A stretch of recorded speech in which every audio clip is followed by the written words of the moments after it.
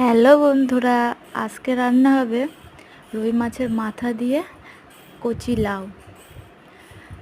মাথা কাটা হচ্ছে। মাচালা কাকু বলছিল যে ভিডিও করছো তো আমাকে একটু দেখাও, তো ওনাকেও দেখালাম। এই যে আমাদের গাছে ছাদে একটা লাউ হয়েছে ছোট্ট। লাউটা মা পাড়ছে, একদম নিজেদের গাছের কচি লাউ দিয়ে মাছের মাথার ঝোলও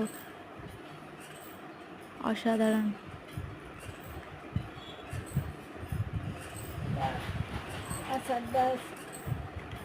মাছের মাথার একদম টাটকাই ছিল, রক্ত ভর্তি ছিল।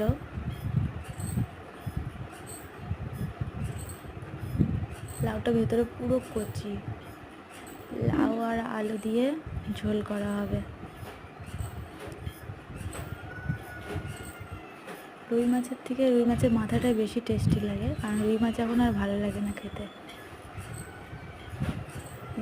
মাছের তরকারি রেডি, এখন আমি খাবো।